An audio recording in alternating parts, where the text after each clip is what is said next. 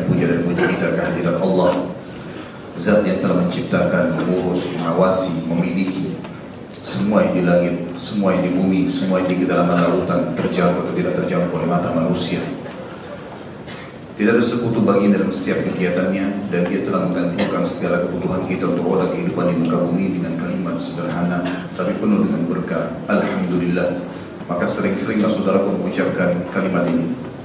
Kita panjatkan selanjutnya salam hormat kita penuh dengan rasa rindu dan cinta kepada manusia terbaik, manusia yang telah dipilih oleh Sang Pencipta untuk membawa kepada kita hukum halal haramnya Allah, sehingga kita punya panduan hidup. Dan Allah bersama malaikatnya mengucapkan salam hormat pada manusia terbaik ini dan dijadikan ibadah untuk orang-orang beriman. Maka sangat wajar kalau kita selalu membacakan salawat dan taslim kepada Nabi besar Muhammad sallallahu alaihi wasallam. Seperti biasa teman-teman saya melanjutkan bahasan dosa-dosa besar, dan malam ini kita masih membahas berhubungan dengan masalah pakaian. Kalau dosa besar kita yang lalu 52 masalah tidak bolehnya isbal atau menutup mata kaki bagi kaum laki-laki, dan sudah panjang lebar kita jelaskan dalil-dalil serta rincian hukum-hukum yang disampaikan oleh para ulama. Kalau malam ini khusus juga berhubungan dengan masalah laki-laki, dosa besar ke-53, haramnya memakai kain sutra dan emas bagi laki-laki di sini. Teman-teman sekalian, Allah Subhanahu wa taala, Allah yang Maha Tinggi dan Maha Suci, menciptakan laki-laki dan perempuan, dan tidak ada jenis kelamin yang ketiga. Dan masing-masing memang dari dua manusia ini, laki-laki dan perempuan, diberikan tugas dan beban. Dan untuk mengemban beban dan tugas itu, mereka juga diberikan perangkat yang cocok untuk tugasnya. Laki-laki disuruh sholat berjamaah di masjid, jihad, cari nafkah, lindungi keluarganya.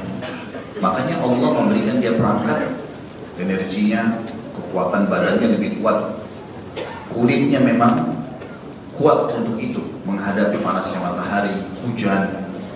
Dia kebal dengan kesedihan. Memang laki-laki sudah diberikan perangkat itu. Nah, memang tugas dia di luar rumah. Sementara wanita diberikan tugas oleh Allah, memang dia harus penuh dengan kasih sayang, kelembutan, merapikan rumahnya, mendidik anaknya, meringankan beban-beban kesedihan atau menghilangkan letih suaminya. Memang itu tugasnya. Dan kalau masing-masing dari laki-laki dan perempuan ini menjalankan tugasnya, maka luar biasa. Mereka sudah cukup menjalankan tugas yang Allah bebankan, dan ini akan membawa mereka masuk ke dalam surga.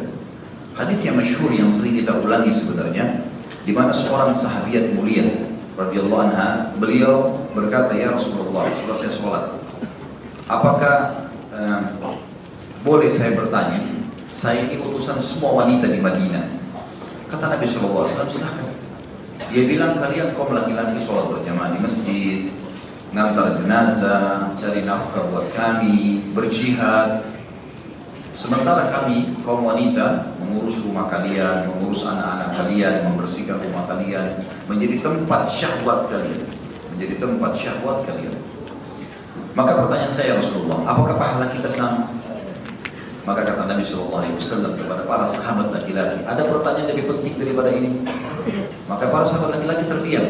Artinya Nabi SAW ingin dipesan, kalau laki-laki dan perempuan paham tugas, fungsi, beban yang telah diberikan oleh Sang Pencipta dan dia jalankan, itu sudah normal kehidupan dunia ini. Tidak usah saling desak-desakan, tidak usah satu sama lain saling mengambil tugas. Maka Nabi SAW balik ke arah sahabat itu berkata, "Pulanglah dan kamu sampaikan kepada semua wanita yang kau temui semampumu, kalau pahala kalian sama."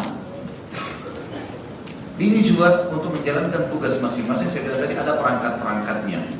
Dari hal yang kecil, seperti misalnya masalah perawatan kulit, masalah menggunakan pakaian. Di antaranya pada malam ini yang sedang kita bahas. Laki-laki kita, teman-teman sekalian, memiliki kulit yang berbeda dengan perempuan. Ketebalannya sudah berbeda. Mungkin banyak laki-laki yang tumbuh bulu di kulitnya karena adanya hormon di situ dan seterusnya. Maka jenis kulit ini juga tidak cocok untuk beberapa benda-benda yang memang dikhususkan untuk wanita. Di antaranya emas dan sutra. Gak bisa memang, karena sutra terlalu lembut. Maka kalau digunakan malah tidak cocok bagi laki-laki. malah tidak cocok dan bermasalah buat dia, malah bermasalah. Sebagian ulama mengatakan pengaruhnya sangat besar. Siapa yang biasa menggunakan sutra dari kaum laki-laki dipastikan sifat kejantanannya akan beralih ke betina. Baik, ini betul. Ini penyampaian para ulama tentang masalah ini. Karena memang tidak bisa, dia tidak bisa menggunakan itu di kulitnya. Lama-lama nanti mempengaruhi gerakan-gerakannya. Kalau orang pakai sutra, perempuan memang wajar, dia lembut, dia gemulai, wajar. Kalau laki-laki berubah jadi gini, jadi tanda tanya. Jadi asing di masyarakat nanti. Begitu pula dengan emas. Dan sudah ada penelitian, kalau kita cari informasi di internet sangat luar biasa banyaknya. Tapi penelitian yang sudah sangat banyak, cuma laki-laki nggak bisa menggunakan emas di kulitnya. Berpengaruh pada darahnya bisa menggumpal lah, banyak pengaruh pada urat-urat sarafnya. Beda dengan kaum wanita, justru cocok untuk kulit mereka. Ini memang fitrah Allah Subhanahu Wa Taala ciptakan seperti itu. Dan Allah sudah menyebutkan di dalam Al-Quran, kalau misalnya laki-laki protes, kenapa laki-laki nggak boleh pakai emas, nggak boleh pakai sutra? Allah Subhanahu Wa Taala sudah sebutkan di dalam Al-Quran surah An-Nisa. A'udzubillahi minasyaitonir rajim wa la tatamannaw ma faddala Allahu bihi ba'dakum 'ala ba'd lirrijali nasibun mimma iktasabu wa lin-nisa'i nasibun mimma iktasabu was'alullahu min fadli al-ayat. Dan janganlah kalian hai kaum laki-laki dan kaum perempuan saling cemburu satu sama yang lain. Gak bisa laki-laki cemburu, kenapa perempuan bisa hamil, saya gak bisa ya? Kenapa dia haid, dia libur sholat, saya enggak?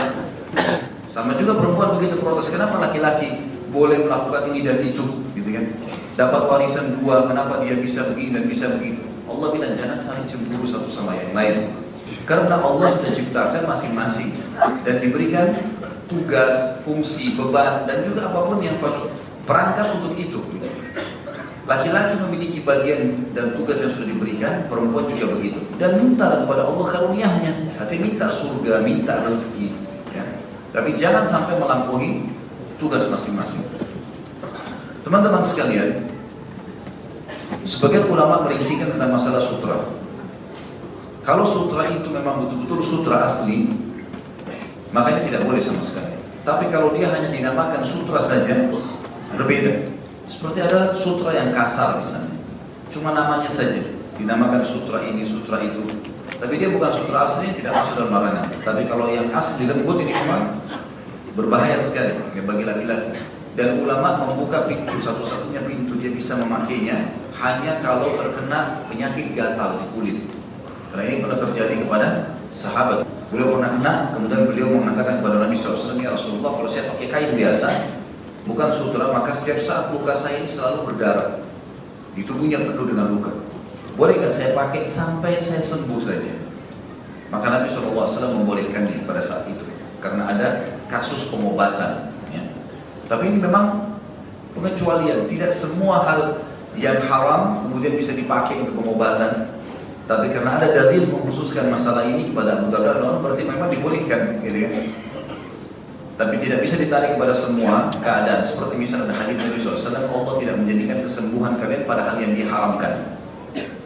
Jadi kalau ada dokter bilang, kamu gak bisa sembuh kecuali minum alkohol, gak bisa, ya, haram.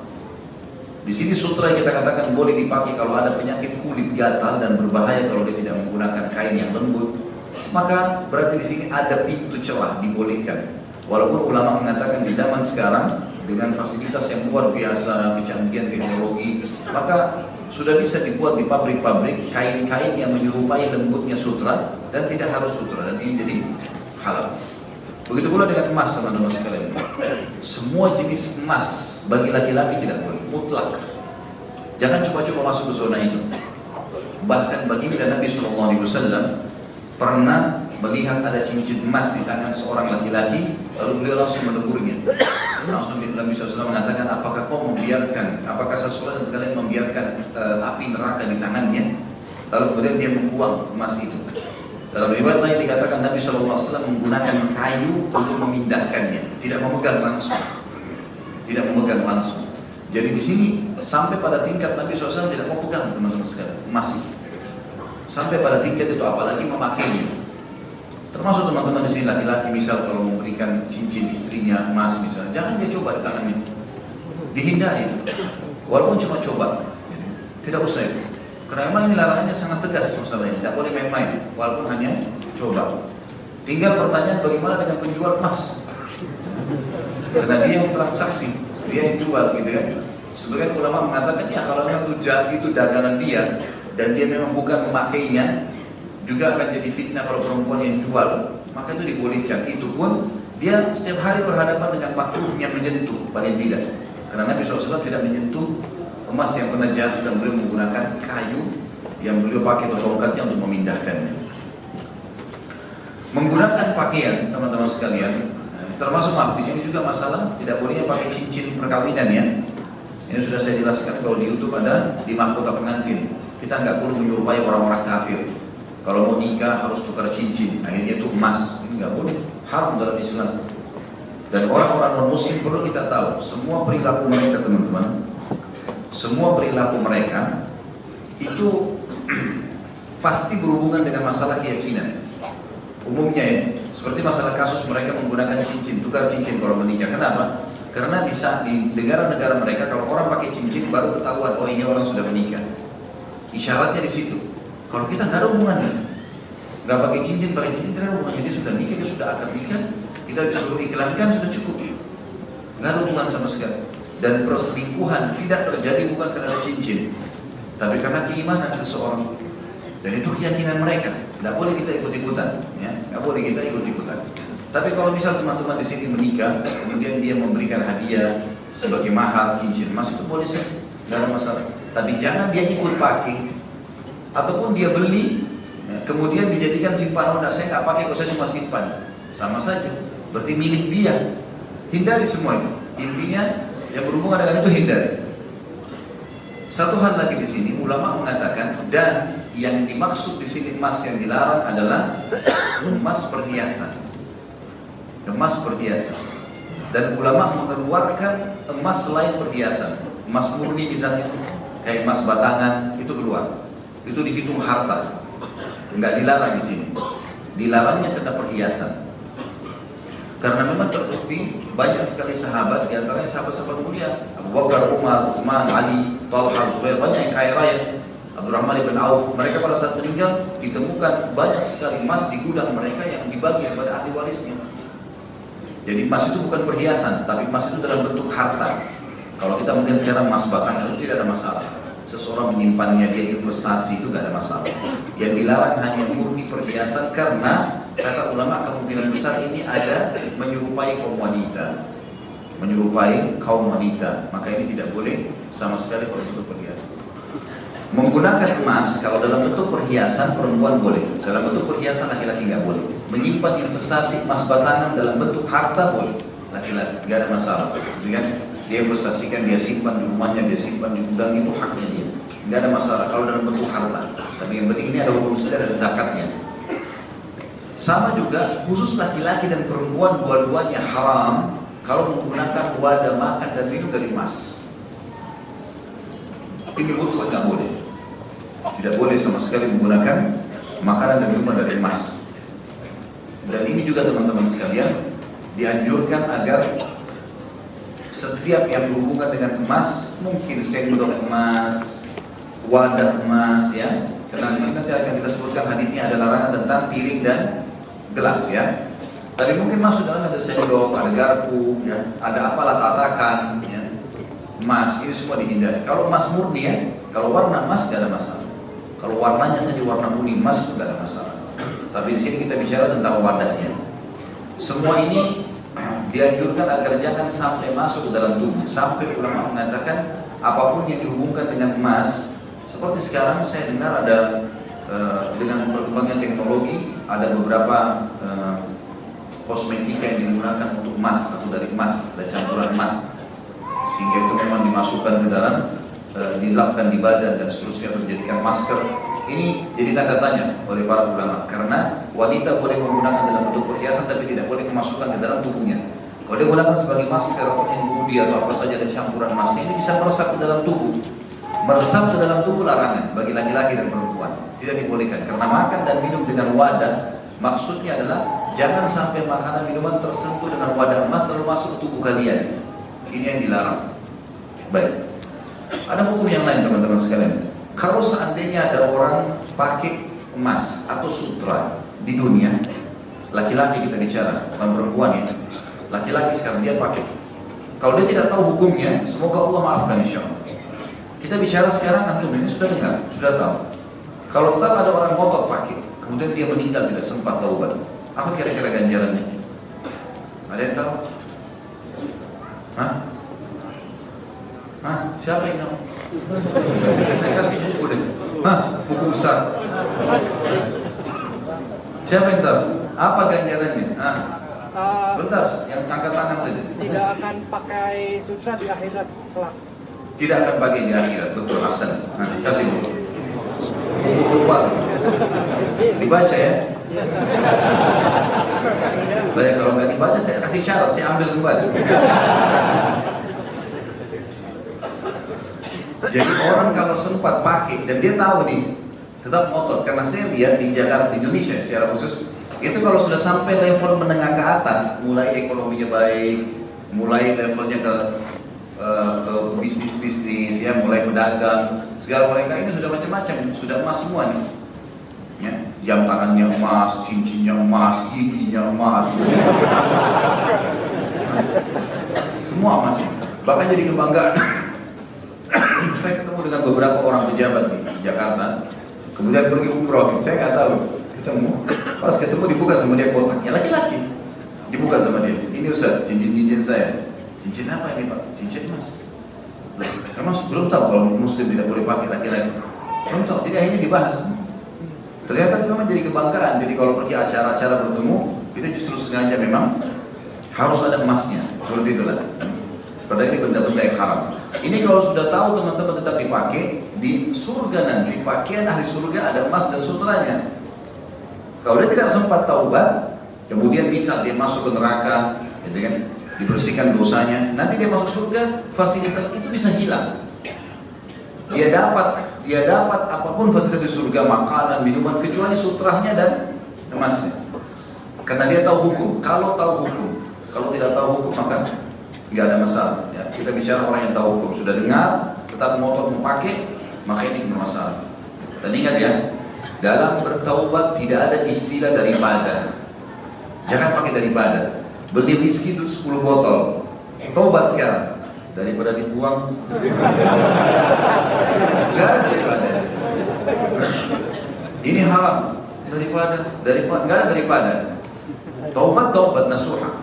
Nggak ada istilah, setengah-setengah berhenti tengah jalan nggak boleh. Jelas ini? 3 orang yang jelas, yang lain jelas. Baik. Kalau orang patuh teman-teman sekalian dengan perintah Allah ini, maka dia pakai pakaian. Kita boleh, laki-laki boleh menggunakan sesuatu yang indah. Bahkan dianjurkan. Nabi SAW menggunakan bajunya dari kain katun dari Yaman, dan itu kain yang mahal pada zaman itu. Nabi SAW memiliki imamah dan baju beberapa warna, ada putih, ada hitam, ada hijau, ya, ada merah.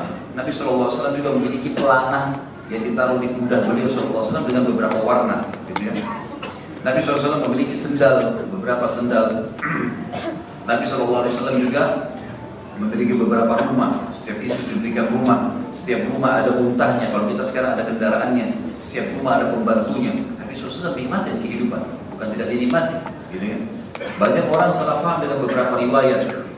Kalau Nabi SAW yang pernah dikatakan oleh Umar bin Khattab, saya masuk ke rumah Nabi, saya tidak temukan kecuali beberapa perangkat kebutuhan, maka ini bukan berarti Nabi SAW miskin, tetapi pemahamannya adalah Nabi SAW hidup sederhana, gitu kan? Dan memang kita sebagai seorang muslim harus mendahulukan kebutuhan, bukan keinginan, ya.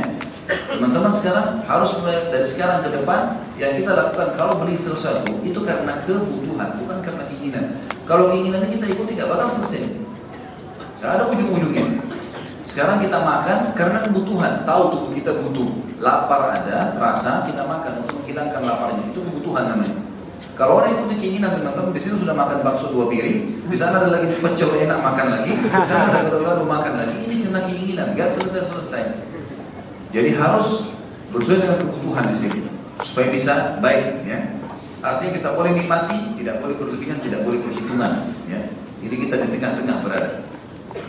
Orang yang mematuhi ini, maka dia mendapatkan pahala. Dan ingat, kalau antum pakai pakaian, ya, tunggangi kendaraan, apa saja yang kita pakai pada dunia ini, di rumah, meja makan, segala macam, kita niat karena ingin menikmati nikmat yang sedang Allah berikan, berpahala di situ. Dia akan jadi mubah kalau kita hanya karena punya duit lalu beli, hanya mubah.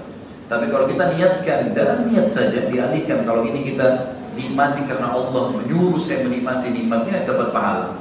Ada hadis sahih riwayat Abu Dawud, kata Nabi SAW, Inna Allah yuhibbu an yara athara ni'amihi 'ala 'abdi.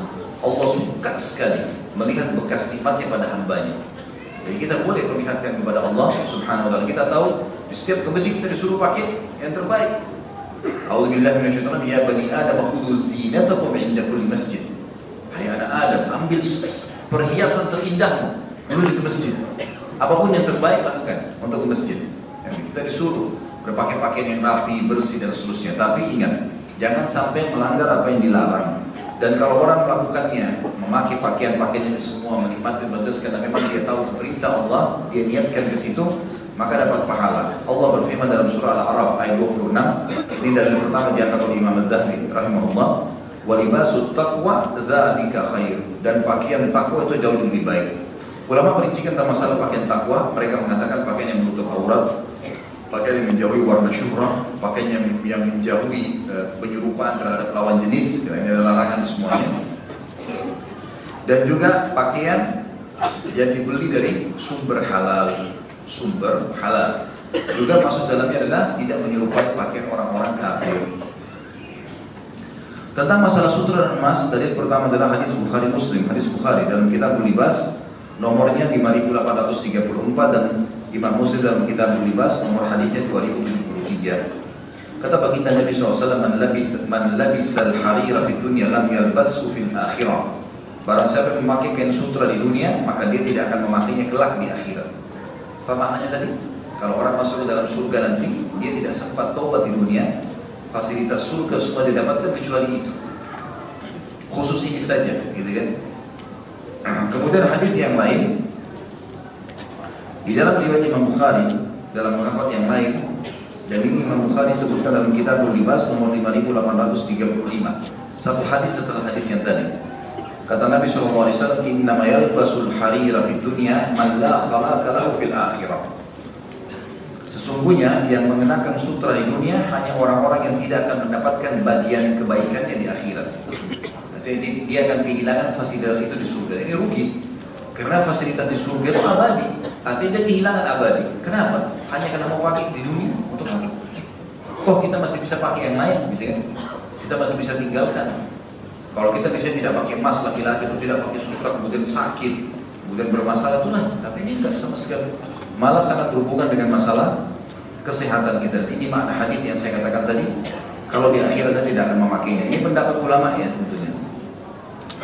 Hadis yang lain diriwayatkan oleh Tirmidzi, dan Tirmidzi meriwayatkan dalam kitab Libas nomor 1720. Kata Nabi SAW, hurrima libasul dhahabi wal hariri ala dhuhuri ummati wa uhilla liinatihim. Diharamkan memakai kain sutra dan emas bagi kaum laki-laki dari umatku, dan dihalalkan bagi kaum perempuan dari mereka. Saya sudah jelaskan tadi sebab-sebabnya berhubungan dengan masalah perangkat kita, kulit ini ya, itu harus sesuai dengan apa yang Allah sudah ciptakan, dan Allah sudah tahu emas dan sutra tidak cocok untuk laki-laki. Jadi jangan dipaksakan. Kemudian hadis yang lain yang tadi saya bilang tentang masalah tidak boleh menggunakan wadah, piring ataupun gelas dari emas, dan juga perak, ini dua-dua nggak boleh, karena ini juga nanti fasilitas di surga. Ini tidak boleh sama sekali orang memakainya. Di dalam hadis Bukhari disebutkan dalam kitab Al-At'imah nomor 5426, dan Imam Muslim dalam kitab Al-Ashribah 5633. Hudzaifah radhiyallahu anhu berkata, nahana an-nabiy sallallahu alaihi wasallam an nashraba fi aniyati adh-dhahabi wal fiddati wa an na'kula fiha wa an lubsil hariri wad dibaji wa an najlisa alaihi. Nabi SAW telah melarang kami untuk minum dengan menggunakan cangkir dari emas ataupun perak, dan melarang kami makan menggunakannya, serta melarang kami memakai kain sutra dan ad-dibaj. Jadi ada istabrak dan dibaj. Dalam Al-Quran disebutkan tentang pakaian ahli surga. Sundus sundusin wa istabrak. Sundus sutra yang halus dan istabrak sutra yang tebal. Ini pakaian ahli surga. Di sini disebutkan dilarang menggunakan semua jenis sutra, baik yang tebal ataupun yang halus. Dan kami dilarang untuk duduk di atasnya. Tidak boleh juga menggantikan sutra menjadi misalnya kain sofa, ya, nggak boleh dihindari. Termasuk wadah untuk makan, misalnya meja ditaruh jadi taplak meja, ini semua tidak dibolehkan. Semua tidak boleh. Jadi laki-laki harus hindari sejauh mungkin masalah sutra. Baik, bolehkah laki-laki jual sutra? Hah? Boleh. Tidak ada masalah kalau dia jual. Sama tadi kalau dia jual emas. Jadi tidak ada masalah kalau dia jual, karena masih dihalalkan bagi kaum wanita. Jadi memang konsumennya adalah kaum wanita.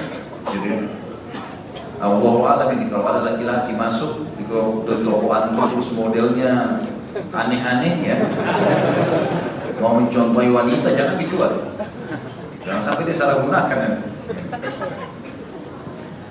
Kemudian hadis yang lain yang menyebutkan tentang masalah kalau orang tetap ngotot makan dan minum di wadah emas dan perak, maka ini akan menjadi masalah buat dia. Di akhirat akan menjadi api di perutnya, dan di dunia akan menjadi penyakit. Sebagaimana hadis Bukhari dan Muslim menjelaskan masalah ini. Imam Bukhari meriwayatkan dalam kitab Al-Ashribah nomor 5634 dan Imam Muslim dalam kitab Libas wa Zina. Ini nomor 2065. Kata Nabi SAW, "Man syariba fi aniyatil fiddati innama yujarjiru fi batnihi nara jahannam." Siapa yang minum menggunakan bejana perak, sesungguhnya dia menuangkan neraka jahanam di dalam perutnya. Kata para ulama hadis yang dimaksud dengan menuangkan neraka jahanam di perutnya, dia membuat penyakit sendiri buat perutnya. Sebagaimana kita tahu ada hadis tentang masalah demam. Kata Nabi SAW, ya, demam itu dari panasnya neraka. Dinginkanlah dengan air. Berarti di sini teman-teman sekalian ada hubungannya dengan masalah neraka. Yang dimaksud dengan hadis ini akan dia seperti menuangkan api neraka di perutnya, artinya dia membuat panasnya neraka masuk ke perutnya. Memang itu ada reaksi. Sebagaimana juga hadis tentang masalah musim panas dan musim dingin. Dalam hadis sahih Nabi SAW mengatakan neraka mengeluh kepada Allah tentang sebagiannya mengganggu sebagian yang lain. Maka Allah Subhanahu wa taala mengizinkan neraka untuk bernafas dua musim, di dua kali. Dan itulah yang kalian temukan di musim panas yang sangat panas dan di musim dingin yang sangat dingin. Itu karena hembusan nafas api neraka. Dan itu hadis sahih sudah saya sebutkan di bahasan tentang Rasulullah SAW menceritakan surga dan neraka. Jadi memang ada connect antara kita dengan neraka sekarang, antara kita dengan surga sekarang. Gitu kan? Contoh tadi tentang masalah hadis demam, menandakan itu demam panasnya dari api neraka dinginkan dengan air, gitu kan? Kalau masalah surga juga banyak hadis, ya, banyak hadis. Sebagaimana Nabi SAW mengatakan sungguh surga merindukan, ya, Ali, Ammar, gitu kan, dan Bilal.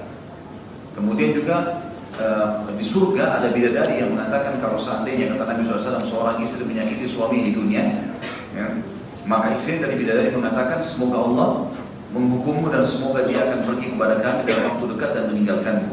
Ada interaksi antara surga dengan di dunia ini. Tapi yang jadi saksi bahasan kita yang maksud dengan perkataan di sini teman-teman, kalau orang minum di wadah dan makan emas dan perak, apalagi ini kayak sebuah kebanggaan. Kayak misalnya di istana presiden, saya tidak bilang di Indonesia tidak tahu ya, tapi ini biasanya di istana raja. Biasanya mereka menganggap wadah emas dan perak itu adalah sebuah fasilitas yang mewah. Padahal ini haram dalam Islam, tidak dibolehkan. Maka mana dia menuangkan neraka jahanam di perutnya, dia kena penyakit di dunia, dan di akhirat dia akan dimasukkan ke dalam api neraka. Kemudian beliau mengatakan, dan terdapat riwayat yang sabit, artinya riwayat yang bisa dipegangi sebagai rujukan, bahwasanya Nabi SAW memberikan rukhsah keringanan menggunakan sutra seukuran 4 jari karena penyakit gatal-gatal dan gigi emas dan semacamnya.